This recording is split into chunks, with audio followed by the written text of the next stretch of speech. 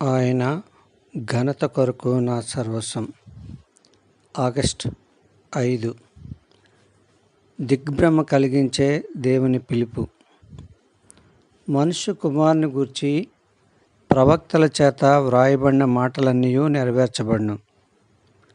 ఆయన చెప్పిన సంగతులు వారికి బోధపడలేదు. లూకా 18:31-34. దేవుడు యేసుక్రీస్తును శ్రమ కొరకే పంపించాడు. ఈ శ్రమ నిశ్చయము మరియు అనివార్యము. తన శ్రమను, మరణాన్ని తన శిష్యులు చూడాలనే యేసుక్రీస్తు వారిని ముందుగా ఏర్పరచుకున్నాడు. యేసుక్రీస్తు శ్రమను, ఆయన మరణాన్ని ప్రత్యక్షంగా చూసిన శిష్యులు కలత చెందారు. యేసుక్రీస్తు కష్టాలు అనుభవించాడు కాబట్టి ఆయన జీవితంలో జయము లేదని మనుషుల అంచనా. అయితే దేవుని దృష్టిలో యేసు జీవితము విజయసిద్ధి పొందిన సంపూర్ణ జీవితం.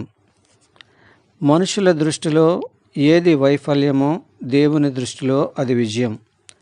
ఎందుకంటే దేవుని ఆలోచనలు వేరు, మనుషుల ఆలోచనలు వేరు. మనము దేవుని పిలుపుని వినినప్పుడు మొదట దిగ్భ్రమ చెందుతాము. దేవుని పిలుపుని మనము సంపూర్ణంగా అర్థం చేసుకోలేము, బయటికి వివరించి చెప్పలేము. దేవుని పిలుపు మన అంతరాత్మకు మాత్రమే గ్రాహ్యమవుతుంది. దేవుని పిలుపు సముద్రమంత గంభీరమైనది. మనలో గంభీర భావం ఉన్నప్పుడే దేవుని పిలుపు మనకు గ్రాహ్యమవుతుంది. దేవుడు నన్ను ఇందుకొరకే పిలిచాడని నిశ్చయాత్మకంగా చెప్పలేము. ఎందుకంటే పిలుపు ఆయన ఉద్దేశాలు నెరవేర్చడం కొరకు కాబట్టి ఏ ఉద్దేశమో నిర్దిష్టంగా చెప్పలేం కదా. దేవుడు ఏం కోరుకుంటున్నాడో వాటి గురించి ఆయనకు తెలుసని నమ్మడంలోనే ఉంది అసలు పరీక్ష. దేవుని ఉద్దేశాలు యాదృచ్ఛికంగా నెరవేరే ఉద్దేశాలు కాదు. అవి ఆయన ఆజ్ఞానుసారము నెరవేరే ఉద్దేశాలు. దేవునికి తన ఉద్దేశాల మీద సర్వాధిపత్యం ఉంది.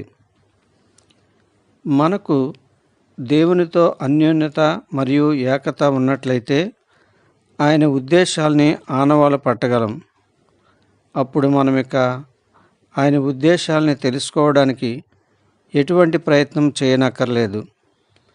క్రైస్తవ జీవితంలో మనము పరిణితి చెందుతున్న కొద్దీ దేవుడు ఎందుకు దీన్ని అనుమతించాడు, ఎందుకు దాన్ని అనుమతించాడని అడగడం తగ్గిపోతుంది.